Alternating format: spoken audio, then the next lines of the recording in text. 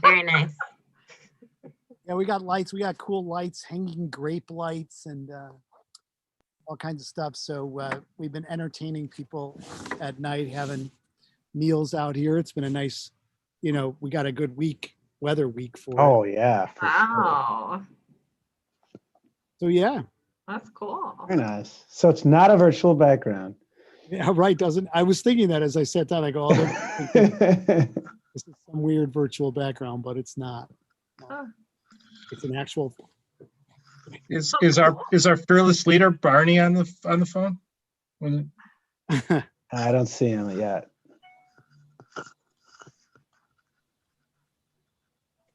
Although it is 4 o'clock. Let me see. Yes. Yes.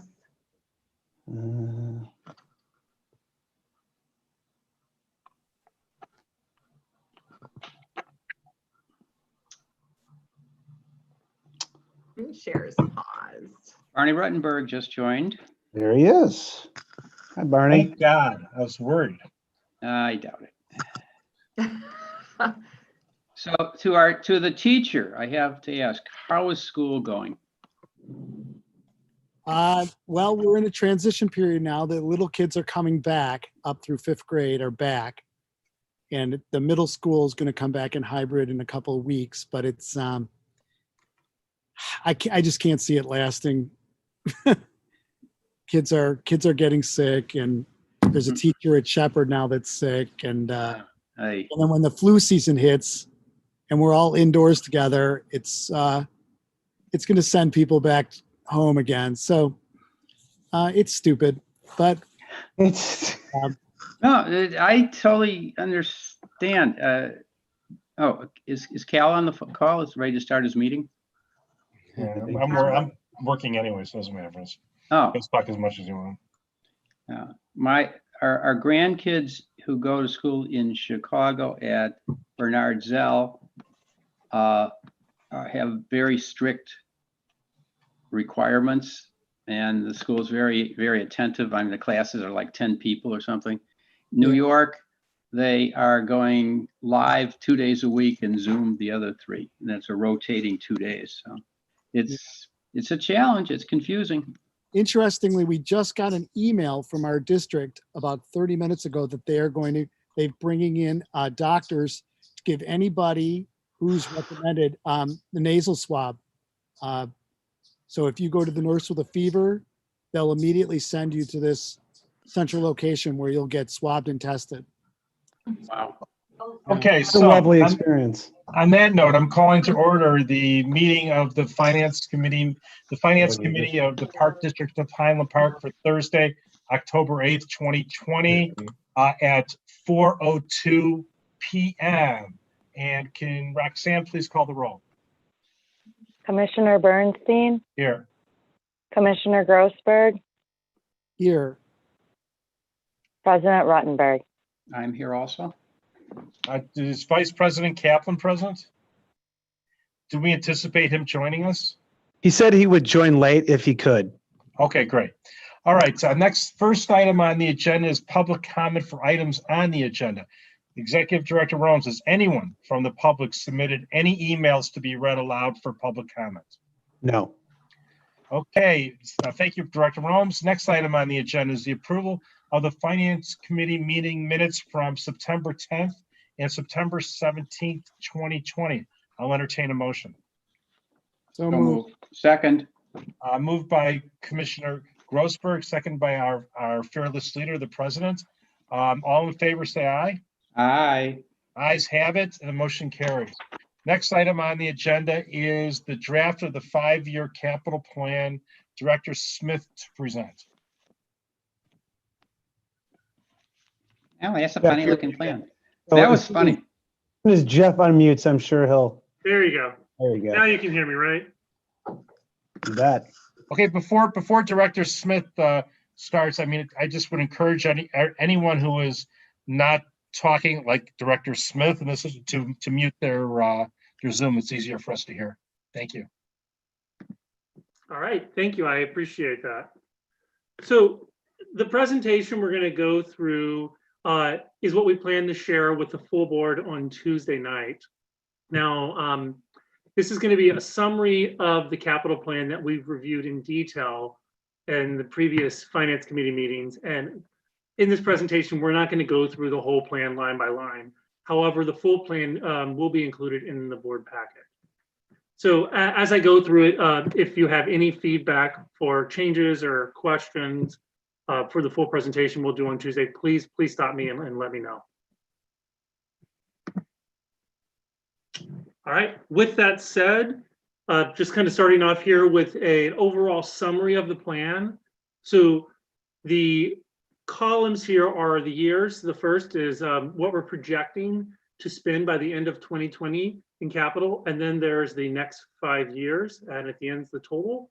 And the rows here are just broken up by the general sections of the capital plan.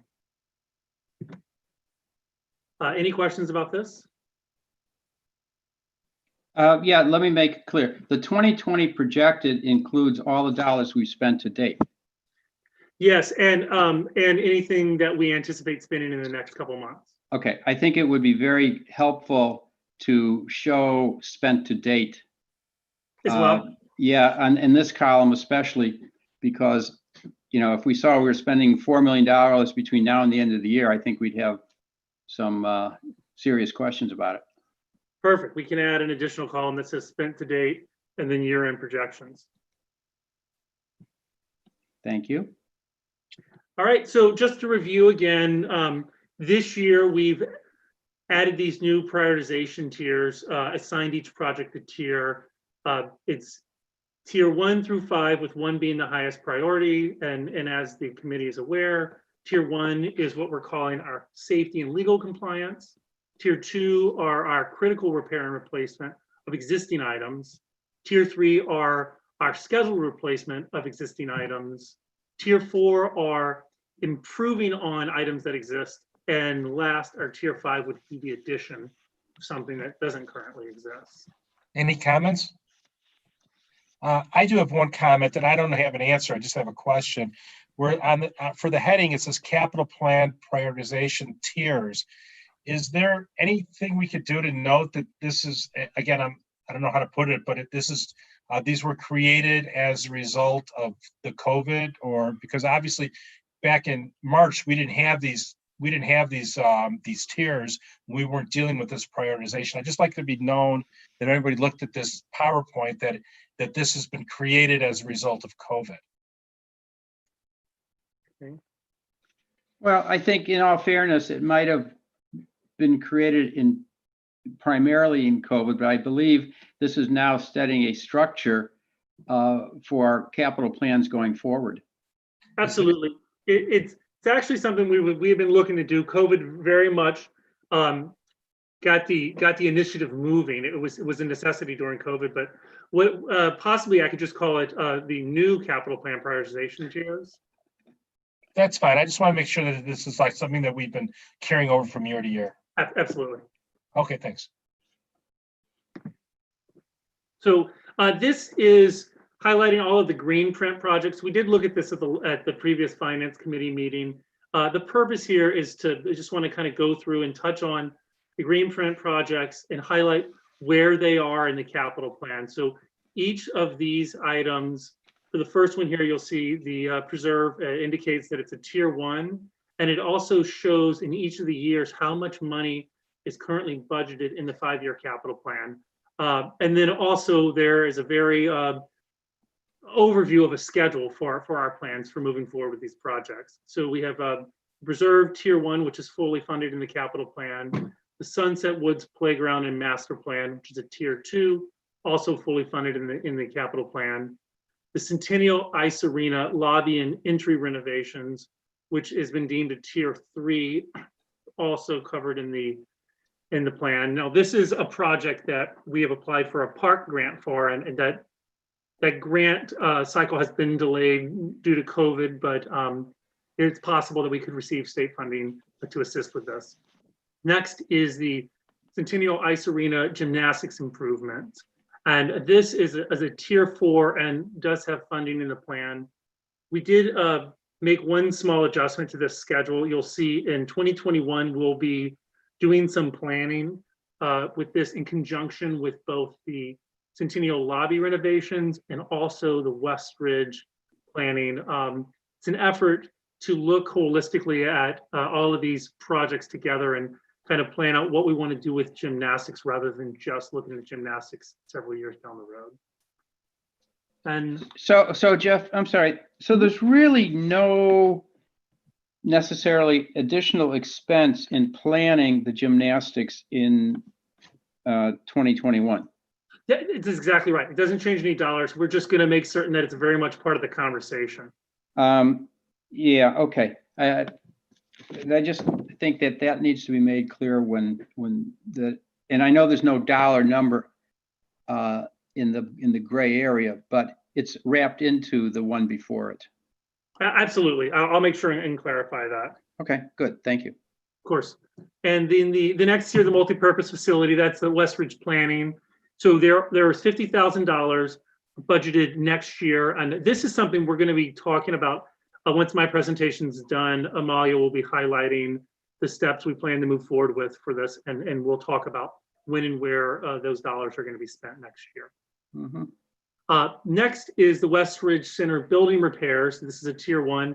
These are the necessary building repairs that are currently in the capital plan, but would likely not all be done if, depending on the decisions made as part of the West Ridge planning. And then lastly is the athletic field synthetic turf from the master plan for the athletic fields. There is not any money in capital plan at this time for that. However, we are going to be doing some planning next year regarding that. Can I interrupt and ask a question about Sunset Woods? Yes. Is Sunset Woods conditioned such that it has to be done next year? Staff definitely feel that it's necessary to move forward with the replacement of that. Especially the rocket ship area there are a number of the play structures, some of which had already been removed, others which are starting to reach a pretty poor condition. So this is then perhaps more of a tier 1 item for some of it? Potentially, it's not something that staff feel is truly a safety issue. However, we cited it as a tier 2, meaning that it's a critical repair and replacement, as opposed to what would be like just a standard scheduled replacement. Meaning that if we were to defer it, it could lead to a safety issue, or it could lead to greater cost in the future. Okay, I understand. I keep going back to the definitions of tier 1, which safety or like legal compliance, ADA. No. I thought that was it's a good description on the page before, but then we get into here where we just call it a tier 1. You got to flip back and forth. It's almost like we should color code it. That the red stuff is what you got to do. Absolutely. We really struggled with putting a lot of information on this slide, so we're hesitant to add any more. Oh, no, I totally agree. Totally agree. We just have to be a little more careful in the presentation so that it's tier 2, which means blah, blah, blah. Tier 3, which means blah, X, Y, Z. I'm just saying we need to fill it out with a little verbiage. That's all. Will do. Okay. I don't have anything else in this page. Anyone else? Terry? Yeah. Just my only thought is it sounds like a lot of work, actually.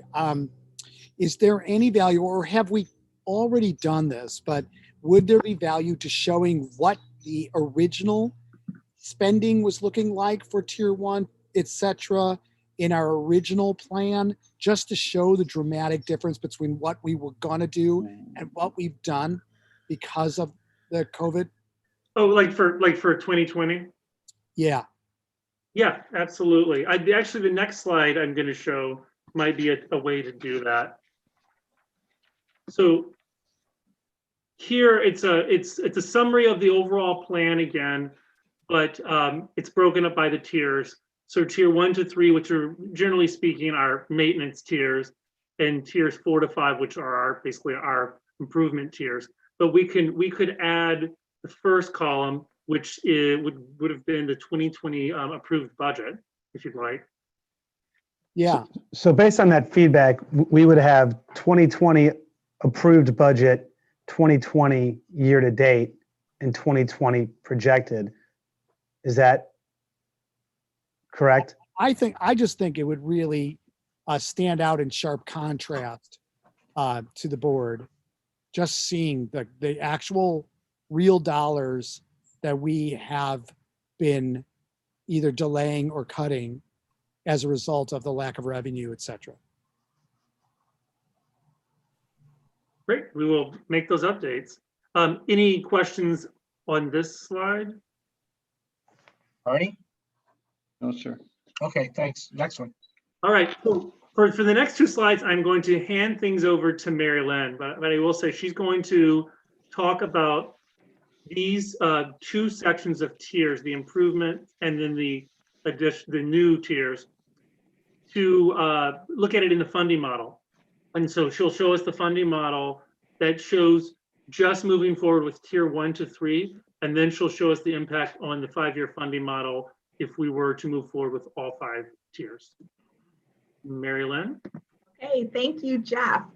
So here we have the 5-year funding model, as Jeff said, for completing projects that are in tiers 1 through 3, which are maintaining what we presently have. You can see in 2020, we took our capital fund up. We pretty much doubled it by issuing the bonds. And you can see that $4.7 million of projected capital projects for 2020, which will give us a fund balance of about $11 million. You can also see as you go down year over year that we do have enough money in the capital fund to support our spending tiers 1 through 3 throughout the end of 2025. We do show a bond issuance, which would be roughly $5 million in 2024 to help us fund the spending for tiers 1 through 3.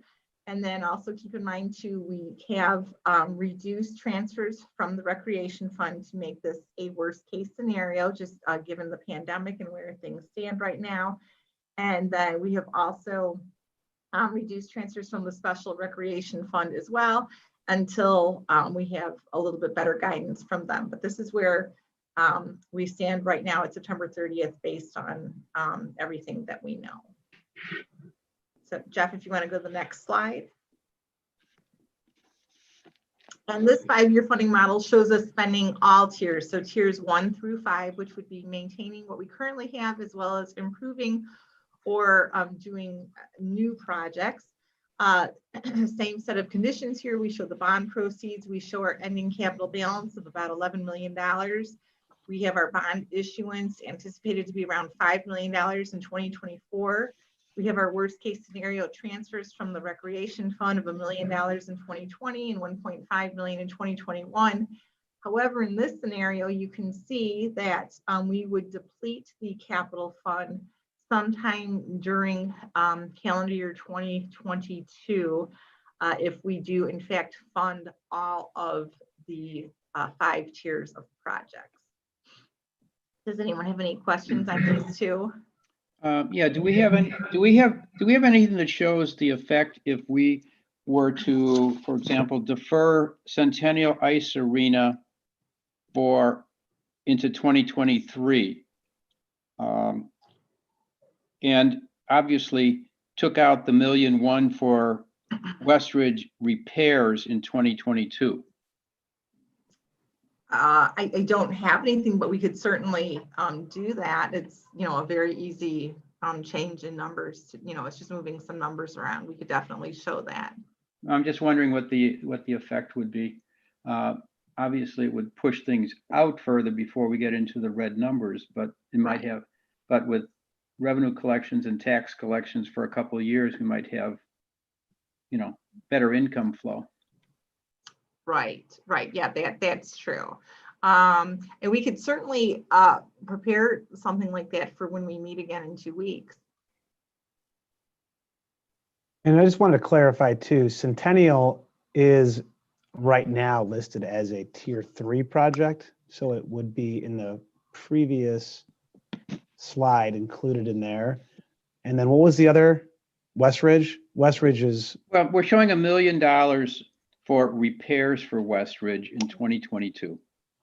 Yeah. And I know that's a conversation that has to be filled out better as to, are we going to spend the money for repairs to West Ridge or not? And that may that would skew the end point, into the red zone more. Sure. Terry, you have any questions? Nope. I have a question, maybe two questions. The transfers from the rec fund, obviously that there's certain assumptions that you're working on with regard to level of usage and revenues and things like that. How did you, what did you do with regard to tax levy? How was that baked into these numbers? This assumes a full levy for each of the years shown.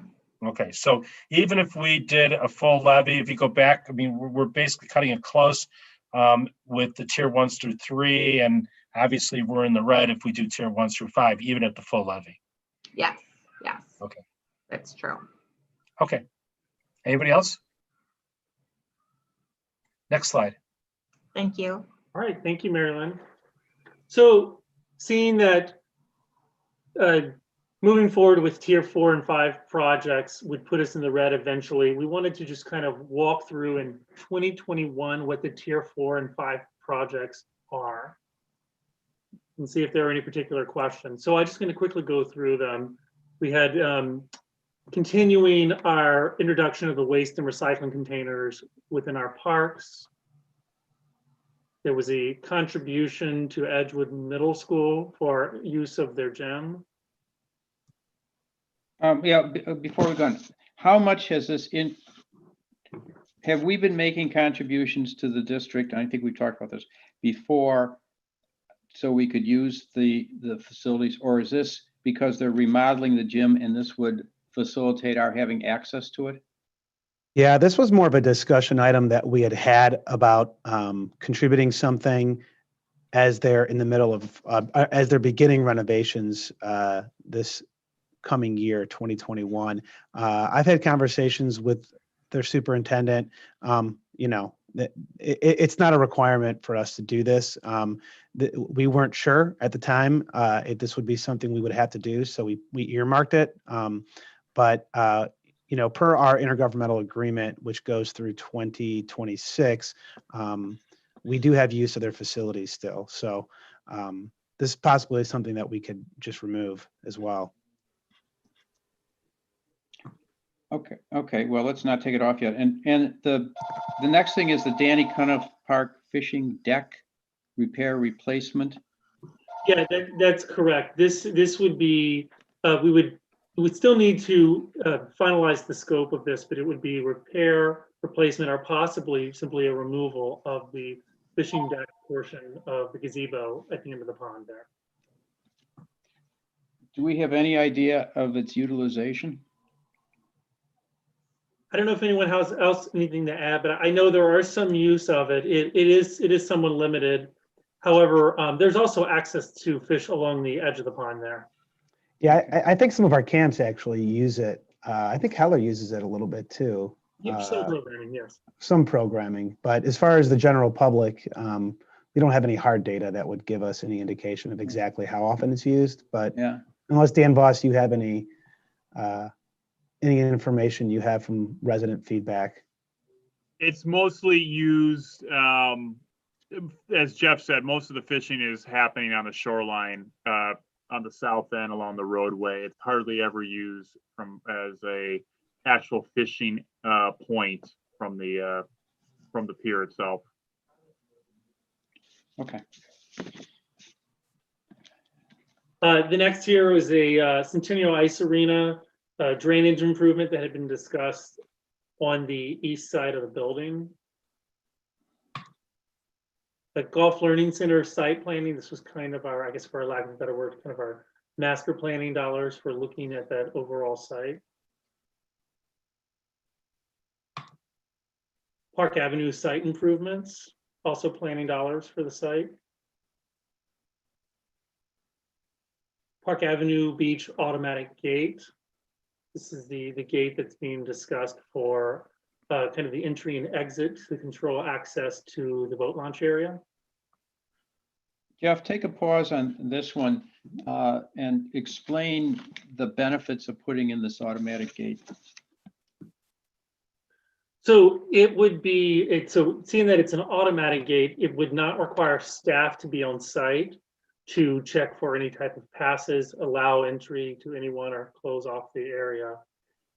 The idea would be that it would be kind of a general, like you would think, you go to a parking garage, an armed gate that would allow access for people with, let's say, a season pass, or there is also the possibility, if we so choose and if it works operationally, potentially have a pay station that would allow for possibly a day pass if it would so allow as well.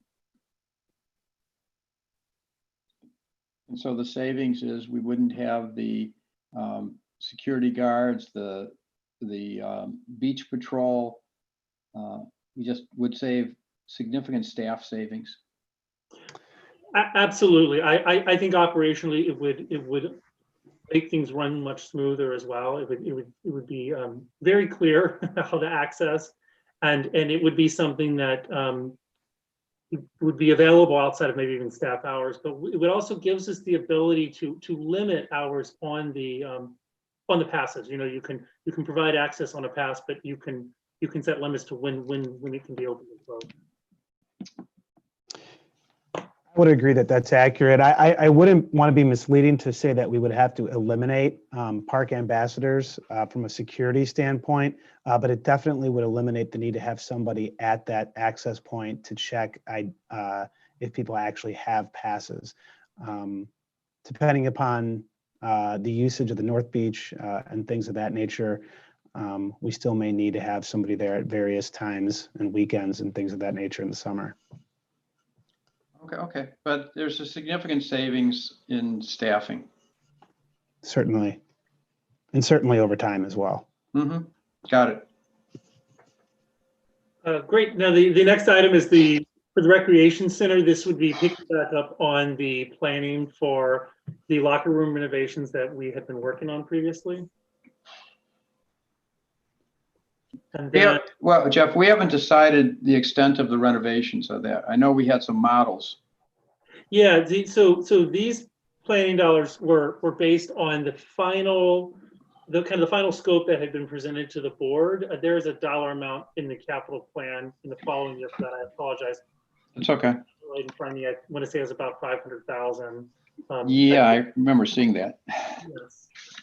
So it was kind of the latest approach that I think everyone was interested in, and so this would be the dollars for basically moving to construction documents from the architect. With the actual renovations to be in 2022, I think. That's correct. At this time, that's how they are in the plan. Unless we decide we should just push everything back a year. Correct. Okay. Thank you. And lastly, is the Westridge Center classroom door fobs, which we discussed having these installed on the classroom areas at Westridge. That is right now budgeted for 2021.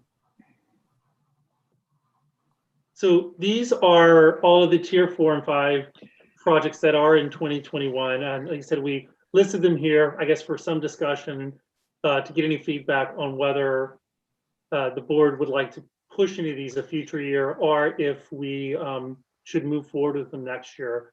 And I would say that generally speaking, these are a lot of planning items, and that staff would generally speaking recommend that we move forward with these items in 2021.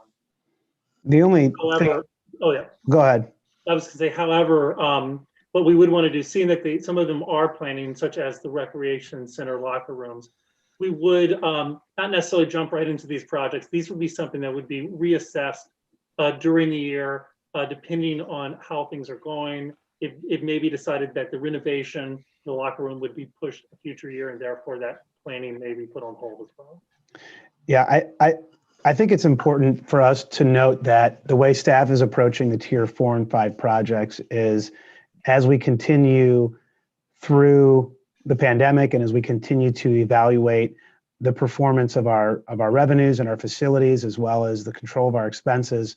And we look at these items. Our tier 4 and 5 projects are certainly ones as we go through quarter 1, quarter 2, that we will evaluate on whether or not there is a strong enough need to move forward based on how we are operating from a net revenue standpoint, and if there's funding, a good degree of confidence that we have the funding available. So since they're not considerably fully funded over the 5-year span, we want to tread cautiously with moving forward with these, but we do believe they should be in the budget. So would you say that these 9 items totaling about $300,000, these have risen to the top of the list, or have these already been prioritized? I would ask, I guess. Well, I guess I would say that they're prioritized in that the process we went through to put together this capital plan, we were recommending these particular items occur in 2021. The reason this list is here is these are simply all of the 4 and 5 items that we were recommended for 2021. All of the other items in the capital plan for 2021 are tier 1, 2, or 3 items. Right. So you filtered out other items that you would have wished to be in the 2021 tier 4 and 5. And these are the ones that are still standing. I think that would be a fair statement. Yeah. Okay. Can I just ask a couple things about this? So first of all, the Edgewood Middle School, I think, Brian, you had brought this up at our policy meeting, right? This is that whole thing with 112, not thinking we're fair, and 113, we don't think it's fair, like that whole thing? Or is this something different? So I mean, there's the agreement that we have, and right now our intergovernmental agreement goes through 2026. 12. Well, I'm sorry, with 112, right? And so Edgewood Middle School was really just something that we've talked about in their renovations. We wanted to really ensure that there was outside access to the gymnasium, and we weren't sure if that was in their plans. And so really it was a conversation we were having with the school district to say that we would be willing to contribute something to ensure that we could continue to have night and weekend use of the gym without having to bring in a custodian, let's say, from the school. So the investment up front from us would go towards the capital, but also save us from having to pay a custodian from being there every night. But I think they already have those plans in their project. And so the bottom line is this is not a dollar amount that's contingent on our use. It was just a placeholder that we had put there. And as we move forward, with school district discussions, again, we have use of the gyms through our IGA. So it's not a mandate or anything like that. You just want it to be in the budget, but we don't know whether we'll spend that money. Yeah, I mean, and that was a month ago, and things have changed a little bit. I have probably a little bit more confidence that we may not need to do that contribution. I think they're pretty fully funded, and there's really no worry with that. But well, if that's the case, then we probably should take it out of the budget. Okay. Then going just down the list a little bit, the fishing deck. I think this has been the deck itself has been unworkable for a few years, right? We did some work to it last year, but we're continuing to experience some issues with it. So it's usable right now? Yeah, Dan, I don't know, you feel the pond best. I don't know if you want to comment on that. Yeah, you can walk out there. You got the gazebo portion, and then you go and past that. So you can go walk out there. You just it's when we cut it back due to the structural problems like you were referring to a couple years ago. it's really kind of hard to fish from there right now anyway. Okay, I think I might have to drive out there and look at it again. It's been a while.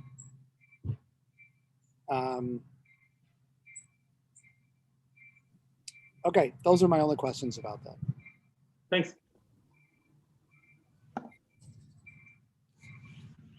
Any other questions regarding these tier 4 and 5 projects? Okay, next slide.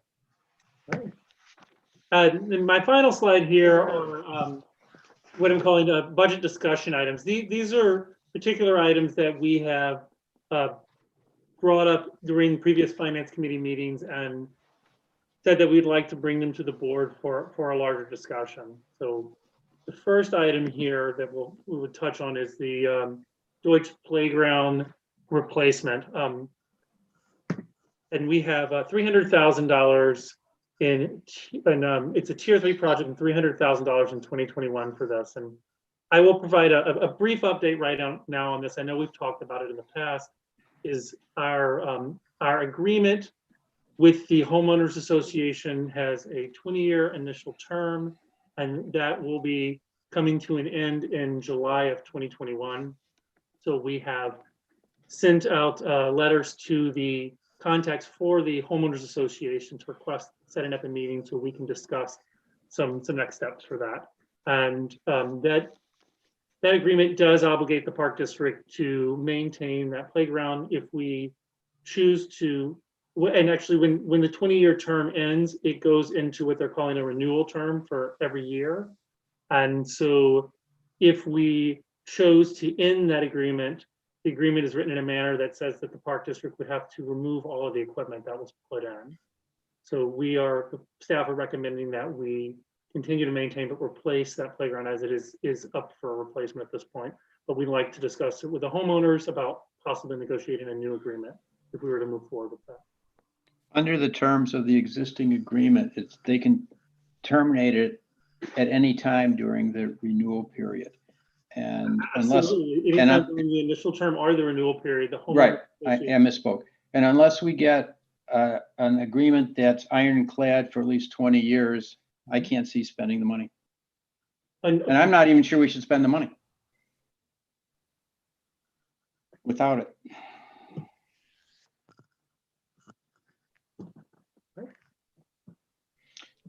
Cal, you said you had some contact with the family. Yes, actually, we're friendly with the family. So I have not talked to Russ or anybody in the family. I've been meaning to do it. I just haven't reached out to them. So let me try to reach out to see what they're thinking. They're very charitable. As I said, they've raised millions of dollars for their charity for a child was a pediatric brain tumor and pediatric cancer. So they're very charitable. Maybe we could work with them with the park. I'll talk to Russ. Great, thank you. Okay. The next item that we will talk about at the Tuesday night meeting is the moraine path repair. So this is listed as a tier 1. And as of now, we have in our budget, we're projecting to spend $50,000 this year. 35,000 of that would be moving forward with the Dan Craney Company and putting together the construction documents and then some project oversight. And then in 2021, we've got monies for the actual construction of the path. So generally speaking, we talked about this, and the general question to the board here is whether we should keep it this manner where we move forward with finalizing the plans and bringing us to a point that we could bid and then bidding it out in 2021, or whether we shift this to doing the documents and getting ready for bid in 21 and likely doing the path in 2022. So I know that's more of a discussion we were going to have in the larger board, but that's the reason it's on this list. Yeah, I think my personal feeling is just leave this on here for now. We could talk as a board about this. Great. Okay, thanks. And then the Rosewood Beach boardwalk repair. It's a tier 2 item, and we have right now in the capital plan for 2020, there's the 83,000, and what that is, there are dollars that have already been spent to work with Smith Group for them to investigate, in which they determined what the cause was, and then also for them to look further into repair options, which they have provided to us. And as you may recall, there were 3 options. Staff have not come to the board yet with a formal recommendation, but I will say that staff will likely be recommending option 3, which was the lowest cost option. That is the Smith Group had put that in as between $40,000 and $50,000. So this item here shows us possibly doing it this year and including that this year in the dollars. Now, we're currently investigating this, and at this point, we do feel that the repair could be much less than that. And we are hoping to see if it could be done this year, but we will be coming back to the board soon with that. There will be another brief update on this in Tuesday night's meeting. And then the Rosewood Beach revetment. Right now in the capital plan, we're showing the planning dollars for this and bringing us through construction documents, which we already have an agreement with Smith Group for in 2020. And then there would be construction in 2021. So this 750,000 is essentially what I guess would call the worst case scenario. This would be, if we were to put the revetment in both the interpretive and swimming coves. Now, we have been working with Smith Group on what we're calling a midterm solution, which would be a significantly lower cost, but could get us many, many years of protection in the interpretive cove. And we're also discussing short-term protection if it's deemed necessary to protect the cove between the fall and winter of this year. Now, Margaret Boschek from Smith Group will be at Tuesday night's meeting to go through all of these options. And lastly, we've included on this list the Centennial Ice Arena renovations, just to touch on it and talk about how we have planning dollars in 2021, and as of now, we have construction dollars in 2022. Yeah, this says 2021. You need to. Oh, I see. Got The it. copy that you have was a typo. I've corrected it. So Yes. thanks for catching that. No, you got it. Don't need me. So any questions about any of these items, or are there any items that we left off this list and should include for discussion? Anybody? Brian? I mean, Terry? Barney? I guess I would like to have Sunset Woods $1 million put on this discussion list, because we're planning on talking about it and doing the work in 2021. And I think we understand there's logic to doing it, but I think we should discuss it. That's a big ticket item. All right, we'll do. Okay, thank you. Very much. That's everything I have. Okay, great. I kind of lost the cheat sheet. So someone tell me what the next item on the agenda is? Roxanne, can you help me? It's the Westridge Center the Westridge Center planning. All right, thanks. And who's presenting? That will be Amalia. I'm here. So, okay, can you all see my screen? So the next item on the agenda is Westridge Center, the planning. Amalia's presenting. Well led, Yes. Cal. Well led. Thank you. Can you all hear me? Yes, we can. Okay. Can you see my screen? You should see like a Gantt chart that says Westridge Center project schedule. Yes. Yeah. Great. Okay. So I think you all should have received a more detailed outline of this approach, which I'll talk through. But I'm just going to keep this Gantt chart up here for the visual.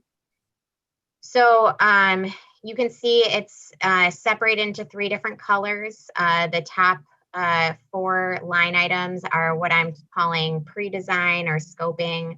And then the next 4 are design, and the last 3 are construction. So I'm going to talk a little bit more detail about the first 4, which are our next, really the next steps for us to start this project.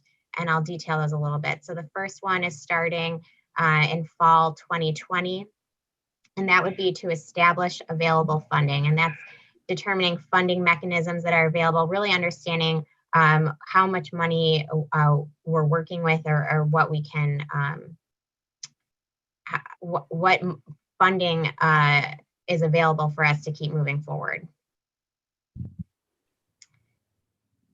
Once we understand that, we can then go and review and confirm the findings from our green print review effort from last year. Hold it. What does that mean? I'm going to go into that right now. So the idea is determining which of the multi-purpose facility options, which we reviewed through that effort. There are 3 options: repair, replace Westridge, renovate Westridge, or a new construction. And if you recall from Green Print Review, the Green Print Review from 2019, we established that there was a need for a multi-purpose facility. From that, we determined that Westridge was a good opportunity to realize that initiative. So these were the 3 options that came out of that planning effort. The objective of this step to confirm the Green Print Review findings would be to review those 3 options, now understanding the available funding and which of those options is realistic. Yeah, can I interrupt you for a second?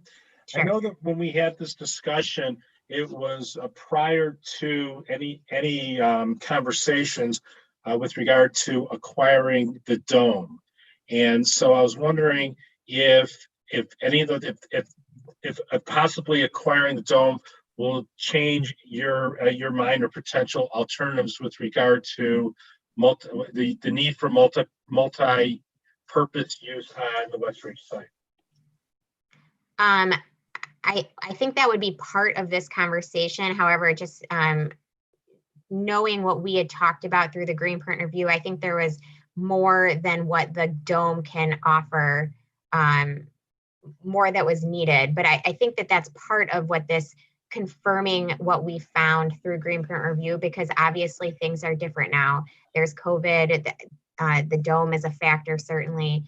So we want to make sure that we can go back and see what it is that we had determined in that 2019 planning effort, confirm it, knowing our available funds and the realities of today, so that we can then proceed to the next step, which would be partnership opportunities. Okay, yeah, because in my recollection, there was a significant effort was made to try to create some like multi-use space, you know, like I'm gonna call it a barn or whatever you want to call that area. Not a field house, but a larger space than that. And I was just wondering if you contemplated the dome, how did that impact your thinking of the need for that barn space that we were talking about? I don't remember a barn space. I remember. Well, it's an open. I'm using a barn, calling a large open space that they were thinking about doing some more active recreation inside. Well, that's new to me. I don't think I've ever heard of that, but I know that the thought was to move gymnastics and provide a gym space here. No, there was some discussion. I because I served on that committee with Green Print 2019. This is, correct me if I'm wrong, Amalia, but my recollection is we contemplated having, maybe even doing a large indoor space for indoor activities. Was that? That did come up. I don't recall necessarily a barn, but yes, there was a need for indoor space for events and activities. So I don't know if that, again, I think that that's certainly something to consider and how that impacts this Westridge or the multi-purpose facility. But I think that the need for the multi-purpose facility option was serving more than a large space, that there was multi-use rooms. And I don't know if, Brian, you have anything else to add there, but. Yeah, Cal, I'll try and hopefully either answer or clarify from what I believe answers your question. But the original Green Print, right, was the big box, and that was originally conceptually to be at the Highland Park Country Club Yeah, I know all that. I know all that. Right. And then so the refresh said, well, we still know that we need that big box type of concept, and we know that Westridge needs to be renovated. So it's either looking at Westridge or looking at different locations. Now the dome has come up as an option for us to acquire. I would say the dome as is wouldn't fulfill that need, but it definitely should be, per your point, part of the conversation as to could that space be used differently, and should it be discussed as part of this green print review with the Westridge Center. So I'm not sure if that answers your question, but Yeah, it did, because I know that we talked about, and Barney, I'm just using the word barn as a placeholder, so to speak, instead of saying a field house. But we talked about a large under roof area where a more active type of recreation could be done. And I guess where I was going, and maybe we could stop the conversation now. I just wanted to put that out there that that this was before we had any discussions regarding acquiring the dome and whether that impacts or not the potential planning for Westridge. Okay, I appreciate that, Cal. I'm concerned about the steps that are involved with this, because it was my recollection that the last time we had a board discussion, everybody nodded their head and said, tear down the building, don't waste money making repairs. Let's move forward with a new building serving our needs, and let's get a partnership opportunity done or not done, but not as on this time schedule. I mean, it was do it. Well, the problem, Barney, that conversation was pre-COVID. No, let me finish what I'm saying. Okay. I understand that. COVID has an impact on our life now. I'm going to make an assumption, God willing, that it won't have an impact on our life in 2 years. And that we'll be offering all the programs that we do. There'll be kids at school. Terry will be teaching in a classroom every day with 40 kids in front of them every hour. And so I'm looking at this timeline, and I'm going like, we've done so much of this already that I'm not saying don't confirm things, but don't tell me it's going to take you 6 months to confirm green print review. It'll take us a year to explore the partnership opportunities unless we get something going quickly, and we should accelerate that anyhow. Well, okay, Barney, I'm going to give you a little pushback here, because my recollection is the reason why I'm going to use the word tabled this discussion with regard to Westridge is partly because to explore the partnership opportunities, the school district was focusing on other things, i.e. trying to get their kids back into the classrooms and trying to figure that out, that they were not in a position where they can have those discussions with us because they were tied up doing other things. Again, figuring out how to educate our kids. No, you're 100% right about that, but I just and then what we talked about was pushing this conversation to the fall, because hopefully then the schools will have their plans together. Then they could start discussing and focusing on long range planning. So I don't know where the District 112 or 113 is, if they're ready to have those discussions, because I know that as we talked about before the meeting began, is that they're doing things on the fly right now, and there's constant change over there. I'm not so sure that they're ready, but obviously we can ask if they're ready to start having these long-term partnership opportunity discussions. And I had the benefit of a conversation with Brian Romes earlier today, who had talked to the school. Okay. And what's the result of that conversation? yeah, I mean, they're certainly ready to have these conversations. I would not say they're ready to dive in full throttle and start getting into detailed discussions about, exact space or getting into an IGA, but they definitely have an appetite for the discussions. And they know they need to do an admin building, and they know they're going to be getting rid of Green Bay School at some point. So this is definitely something that they want to discuss. But you are right. I mean, it's not like they have a lot of time to really focus on this effort. But I think it'll be a little bit of a slower process based on their other priorities, but we should definitely get the ball rolling. Okay, so my suggestion is that, again, I confirm green print review. I don't know if it's going to take that long, but we're working on someone else's timetable regarding partnership opportunities, because they do have a full plate at the school districts right now.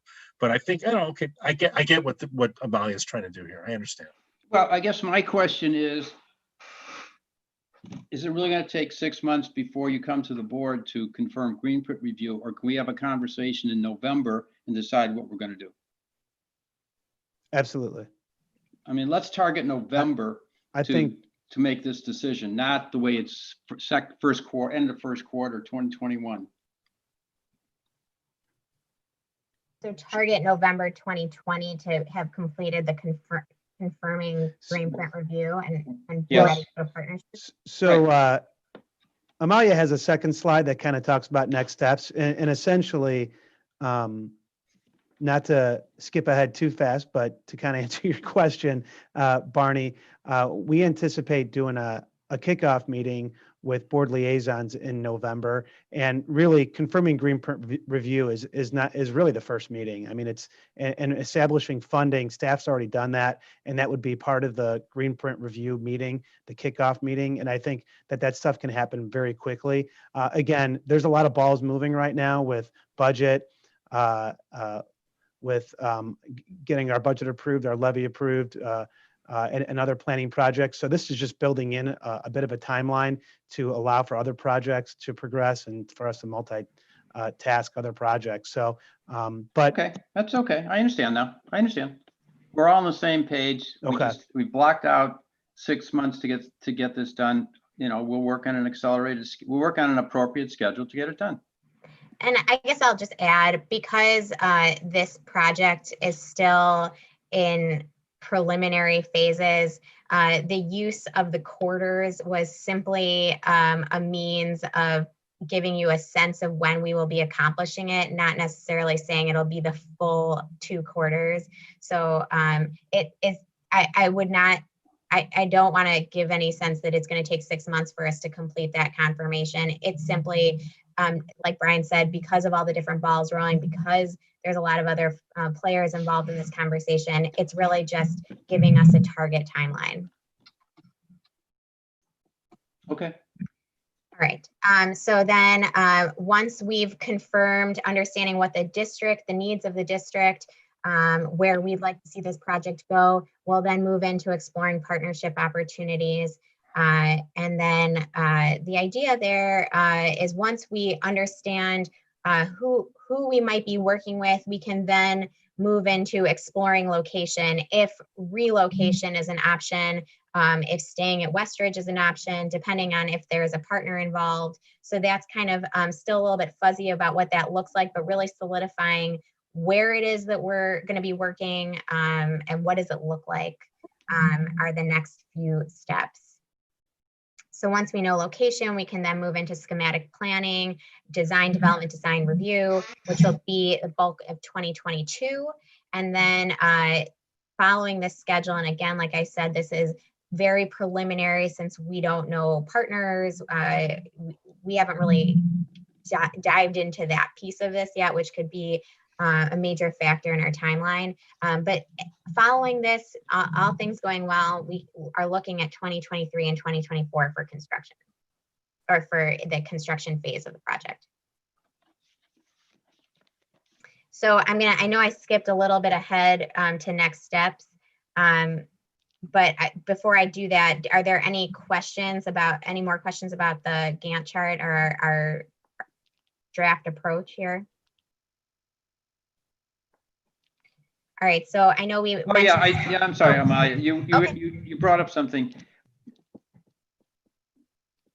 Assuming we stay at Westridge Park, Mhm.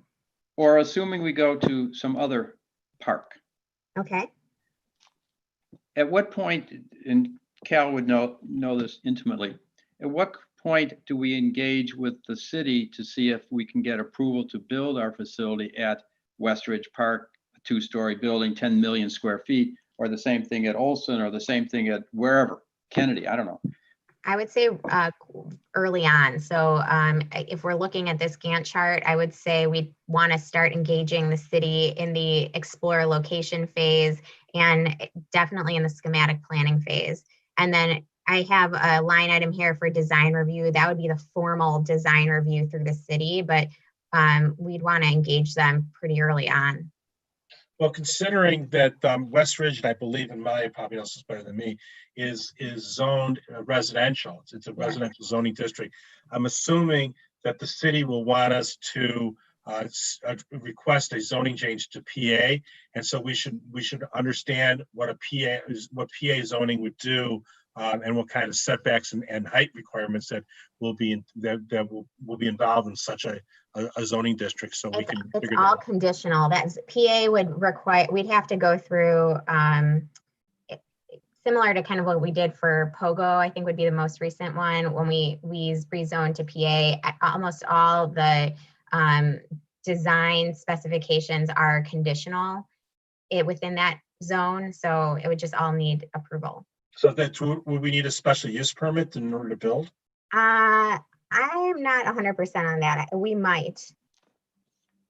Okay, so if But that's yes, the case, that's why I'd want to talk with the city very early on in this process, depending on where it is that we would locate. And I say that just because whoever, if a partnership opportunity does become available, and depending on how those conversations go, if a new location were to be introduced, you know, yes, we want to be talking to the city. Can I ask a question about partnerships? In a building that I assume, you know, will still have a school, are there potentials for public-private, or are we just saying, you know, are we talking about the school district and the city?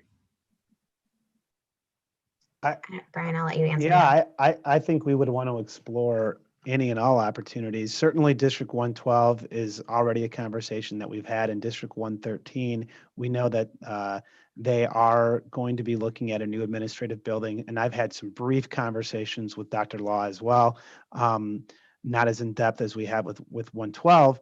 And then the city, I think, is just a conversation. It may go nowhere, it may go somewhere, but it's just exploring it. Yeah, but so is there precedent though for having, you know, I'm just throwing this out there. I can answer that, Terry. In Glenview, the facility that Glenview Park District has at the Glen has a North Shore Health System facility in it. North Shore University, yeah. Yeah. So it's possible you can have a private enterprise partnering with us. Oh, absolutely. Yeah, some rec centers might partner with Athletico or a chiropractor, or physical therapy is always a good tie-in, usually with a rec center, but there are things to explore with that as well, private. Okay, yeah, but when you're talking about a rec center or something like that, also, you're not talking about, you know, a school is all that's the one distinction I think I'm just trying to figure out. Can you have a private enterprise place in a place where we are running a school? Oh, well, this is just the school administration, not actual school. So we're not talking about having a school in whatever this, you know, like they have over at, they have the admin building and they have school over at the the nursery school At Green Bay. at Green Bay. No, District 112 is their preliminary plans are to move their early childhood center over to I believe Red Oak or Sherwood, one of those. It's not proposed with the needs that they've already given us. No, I understand. Okay, So, I understand that. So but Okay. we're a park district that runs a school. our preschool, our early childhood program, it's an enrichment program. It's not really a preschool. I get But, it. But yeah. would you entertain having private enterprise in the same place as we'd have this enrichment program? That's what I'm asking. Such as the nursery school that's on the campus already? Yeah, or whatever, or what we already do, you know, with camps and things like that. Are we planning on having anything like that at this reimagined Westbridge Center? So there's nothing planned right now, but I think it would be in our best interest to explore any partnership opportunity that was available. But there's no preliminary discussions based on what you're asking specifically. Okay, but, okay, maybe I got Terry's question. Okay. We are operating currently, I would call it a school. We have art classes, we have day, kids there for whatever it is. That's in essence a school. And we're going to continue doing that. I'm asking, are we continue doing that in any reimagined West Ridge place? Yes. Okay, so thus, if we are doing that, can we have private enterprise in the same place where we would have enrichment or whatever like that, where we have kids coming in and out? That's my Sure. only question. Yes. Yes, I believe we can. Yes. Okay. And I'll just say too, once we get into schematic planning, if there's an interest in providing different spaces or separated spaces, or if there's an interest in how our partner commingles with our activities, that's the conversation that happens there. Okay. All right, so if there aren't any other questions on the schedule, then I'm going to move to the next steps briefly. All right, hearing none.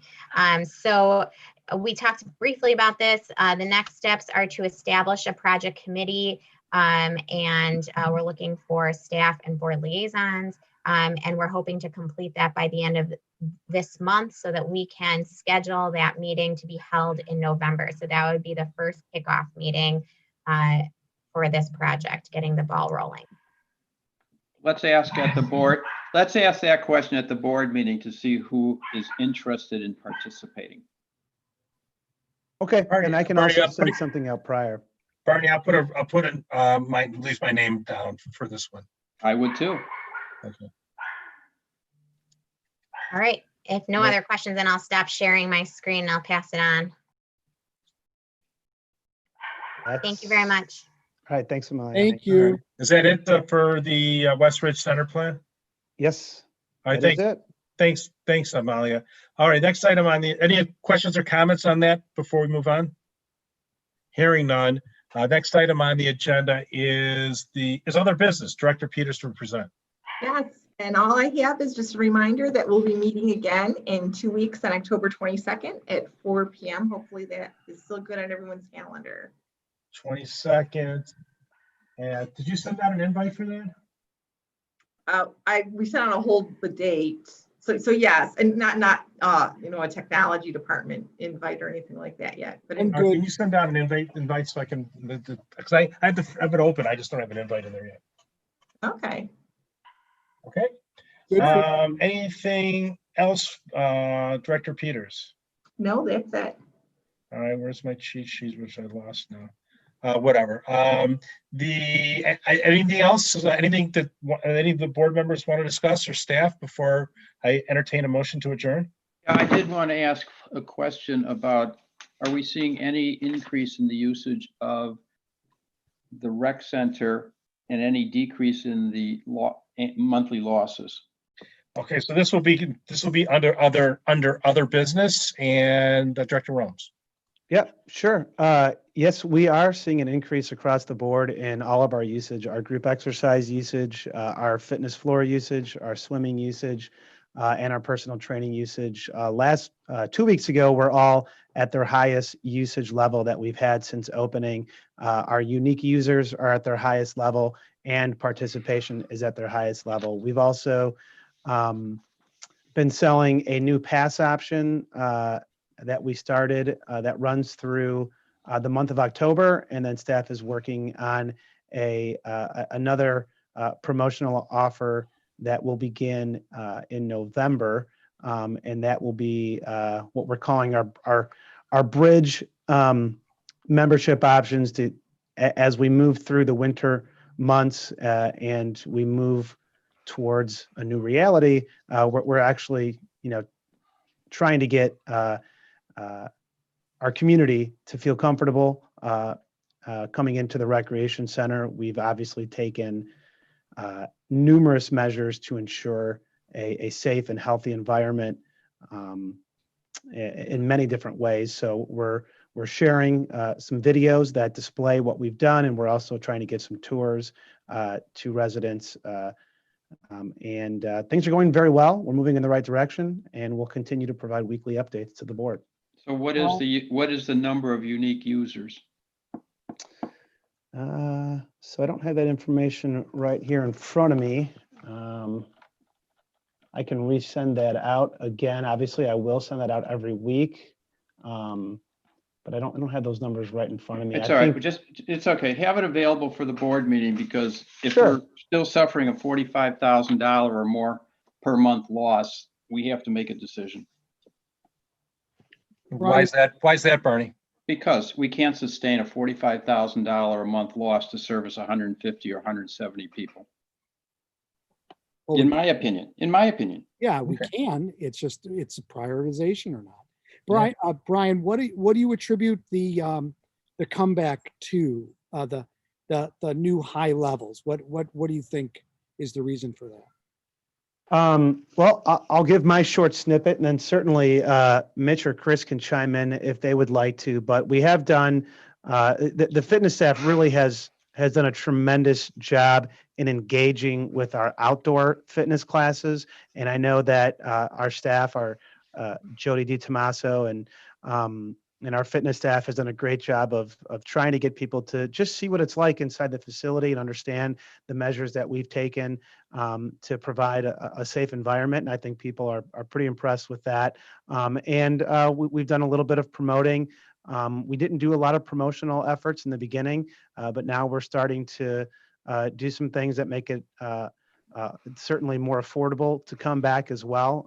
We don't want financials to be a barrier to people coming in. So we've run some promotions, and I think that would be the main things that I would say. It's getting cooler outside, and I think, once it gets cold, it'll be a true test if people want to continue exercising outside or in their homes, or if they're going to make the move to go inside. So Mitch, I don't know if you have anything else to add to that, or Chris.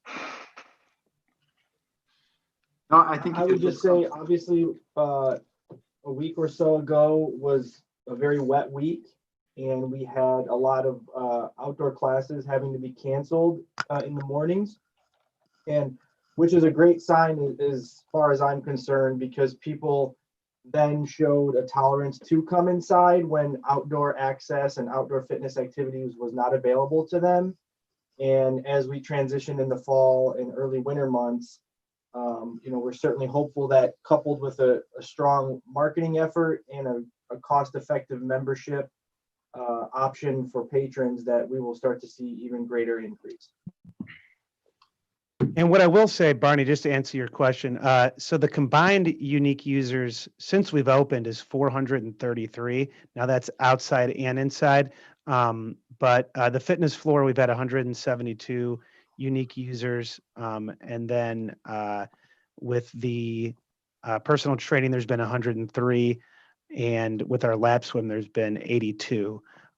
So we're increasing the number of individuals coming in and the frequency that they are coming back. So I think that. Okay. I don't know the crossover between the 172 users of the facility and the 100+ users of personal fitness. How many of them are the same people?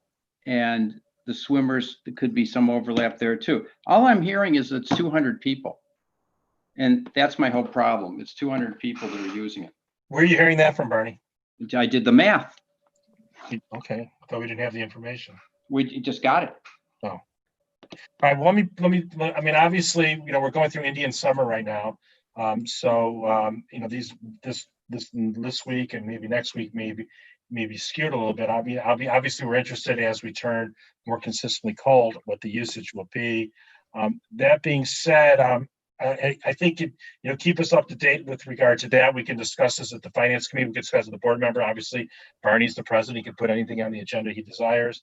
With regard to, I'd also like to have a presentation about our other like cold weather indoor activities like basketball, gymnastics, and what are your plans for those activities? And I think that it's important for us to know, at least a presentation to the board, is if there is a positive test or there's some type of that the contact tracing leads into one of our facilities, if you could just give us an overview of what the procedure to address those issues. I mean, I'm watching what's going on at the White House right now, and if something, if we had an issue, what is our plan? I'd like to hear that at some point. Sure. That's a very good question, especially with what we're seeing in Washington. Yeah. Yep, absolutely. We have a return to work document that every employee was required to understand and sign, and we can certainly share the procedures that are listed in that return to work document. We had that 3 months ago when we opened up our facilities. Yeah, I think it obviously now that it's topical, I think it'd be, a good thing to keep it fresh in our head, because I'm sure, one of the things that the people, as they go indoors, they're going to ask, what are our plans, what are our protocols with regard to that stuff. And I think, and I'm sure that we're Liz is messaging this on our website and things like that, just hammering what we are doing to address concerns, and also what our protocol and plans are for worst case scenarios. Sure. Oh, and I think it goes beyond just employees. Yes. I think what the contact tracing would be, as you pointed out, somebody goes Yep. home because they have it, but then we contact all the people, I hope, all the people who were there that day. Absolutely. Yeah. Yep. So just how that will work if, God forbid, there's an issue. Yep, absolutely. Okay. And you can put that like on a workshop or something like that. I mean, again, Barney sets the agenda. He's the president. But No, Cal, you're asking, it's very good. We should do it at the next meeting, which is Tuesday. Okay. Anything else? Any other business? Terry? No. Okay. Barney, anything else? No, and I will move to adjourn.